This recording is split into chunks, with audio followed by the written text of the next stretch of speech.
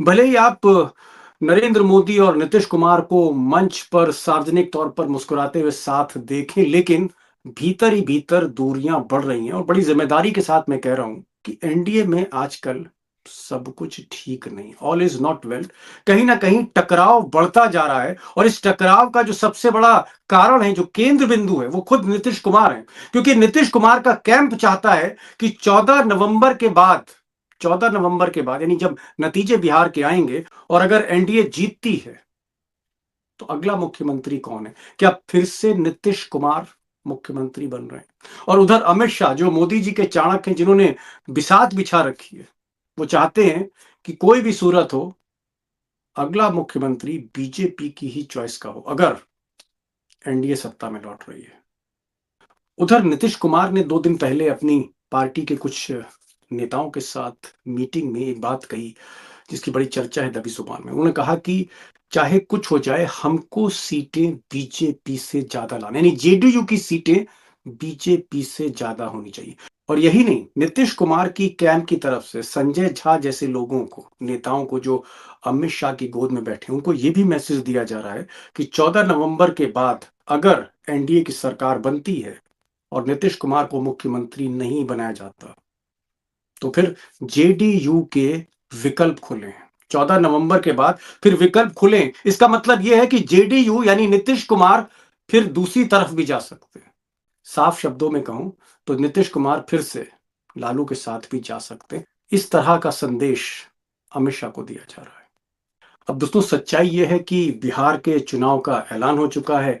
6 तारीख को पहला फेज, 11 तारीख को दूसरा फेज, 14 तारीख को, 14 नवंबर को नतीजे आ रहे हैं। दिन सिर्फ उंगलियों पर बचे हैं, लेकिन इधर एनडीए पर और खासकर बीजेपी पर दबाव बढ़ रहा है, अमित शाह पर दबाव बढ़ रहा है। और इस दबाव के पीछे आप कह सकते हैं कारण तो बहुत है, लेकिन 3 प्रमुख कारण हैं।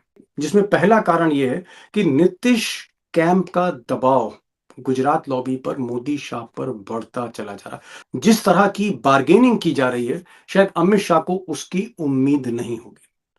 और पॉइंट नंबर 2, प्रशांत किशोर एक बड़े फैक्टर के तौर पर इमर्ज हो रहे हैं।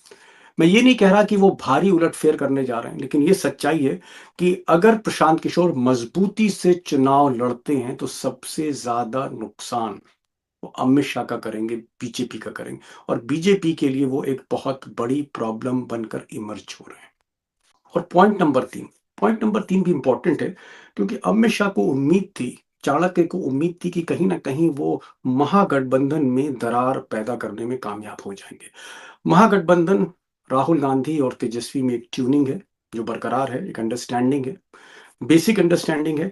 और सबसे बड़ी बात कि जहां तक वोट में सेंध मारी की बात थी, अभी तक ऐसा कोई भी लक्षण नहीं दिख रहा, सिम्टम नहीं दिख रहा जहां पर महागठबंधन का वोट टूट रहा हो। महागठबंधन का वोट अभी भी इंटैक्ट है। और अगर सीट डिस्ट्रीब्यूशन तेजस्वी ने ठीक किया तो महागठबंधन की ताकत और बढ़ेगी। ये भी एक प्रॉब्लम है मोदी और शाह के लिए। चारों एक्सपर्ट को सुनिए और बिहार की जो सच्चाई है, अंदर की जो सच्चाई है, वो आपके सामने होगी। सरोज जी, आप पटना में इस वक्त हैं और जेडीयू पे एक अच्छी पकड़ रखते हैं, अच्छी ग्रिप रखते हैं। मैं जानना चाह रहा हूं, बहुत स्पष्ट शब्दों में जानना चाह रहा हूं, क्या नीतीश कुमार को लेकर अमित शाह के मन में अभी भी शंका है? अगर एनडीए जीती तो क्या नीतीश कुमार की जगह कोई दूसरा चेहरा हम देख सकते हैं? क्या नीतीश कुमार 2025 से 2030 का सफर तय नहीं करेंगे? ये जो आशंका वाली बात दीपक भाई आप कह रहे हैं, वो आशंका बहुत जायज है। तो लेके बीजेपी दो लाइन पर काम कर रही है, उनको मना भी रही है और उनको भड़का भी रही है। कल का ही एक बयान आप सुन लीजिए। डिप्टी सीएम है विजय सिन्हा, उन्होंने जो एनडीए का जो नारा था, जीत वाला नारा, 25 से 30 फिर से नीतीश, उस नारे को ही बदल दिया। ओहो, अब वो नारा कह बदल रहे हैं दिया। कि जी वो नारा ही बदल गया। अब वो नारा है 25 से 30 बिहार में। अब दो भाई नरेंद्र और नीतीश, अब नरेंद्र मोदी की एंट्री हो गई उस नारे में। Oh my God. पहले तो नीतीश की ही बात हो रही थी, अब उसमें दो भाई नरेंद्र और नीतीश की बात हो रही है।